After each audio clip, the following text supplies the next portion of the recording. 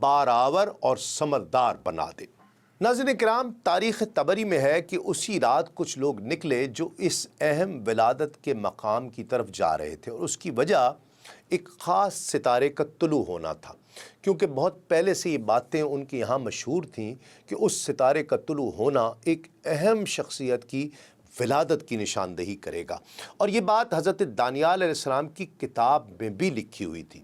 یہ لوگ حضرت عیسیٰ علیہ السلام کی تلاش میں نکلے، ان کے پاس سونا، رسی اور اینٹیں تھیں۔ وہ ملک شام میں ایک بادشاہ کے پاس سے گزرے تو اس نے پوچھا کہ یہ لوگ کہاں جا رہے ہیں؟ انہیں سب کچھ بتلا دیا۔ بادشاہ نے پوچھا کہ اس سونے، رسی اور اینٹ کا کیا کام ہے؟ یہ کیوں لے کے جا رہے ہو؟ کیا یہ چیزیں ان کو ہدیہ کرو گے؟ انہیں جواب دیا کہ یہ اہم چیزوں کی امثال ہے، کیونکہ سونا تمام اہم چیزوں کا سردار ہے، جیسے نبی تمام لوگوں کے سردار ہیں۔ رسی اس لیے کہ اس سے زخم اور ٹوٹے ہوئے مقام کو باندھا جاتا ہے، اسی طرح نبی بھی ہر بیمار اور مریض کی شفا کا باعث بنتا ہے۔ اور اینٹ اس لیے لے کر جا رہے ہیں کہ اس کو پکاتے وقت دھواں آسمان سے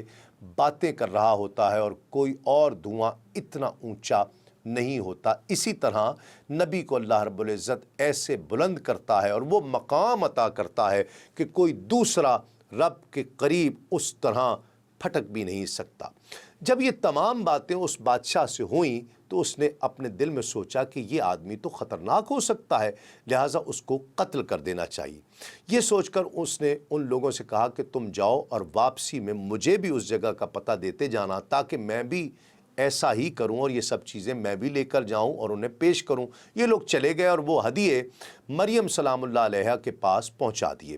واپسی پر ان لوگوں نے ارادہ کیا کہ اس بادشاہ کو بھی پتہ دیتے جائیں، لیکن راستے میں انہیں ایک فرشتہ ملا اور اس نے انہیں ادھر جانے سے منع کر دیا اور بتایا کہ اس بادشاہ کے ارادے اچھے نہیں ہیں، لہٰذا تم لوگ اپنا راستہ تبدیل کر لو۔ دین اسلام کے مختلف امور سے آگہی کے لیے ابھی سنو نیوز کا یوٹیوب چینل سبسکرائب کیجئے اور بیل آئیکن کا بٹن ضرور پریس کیجئے۔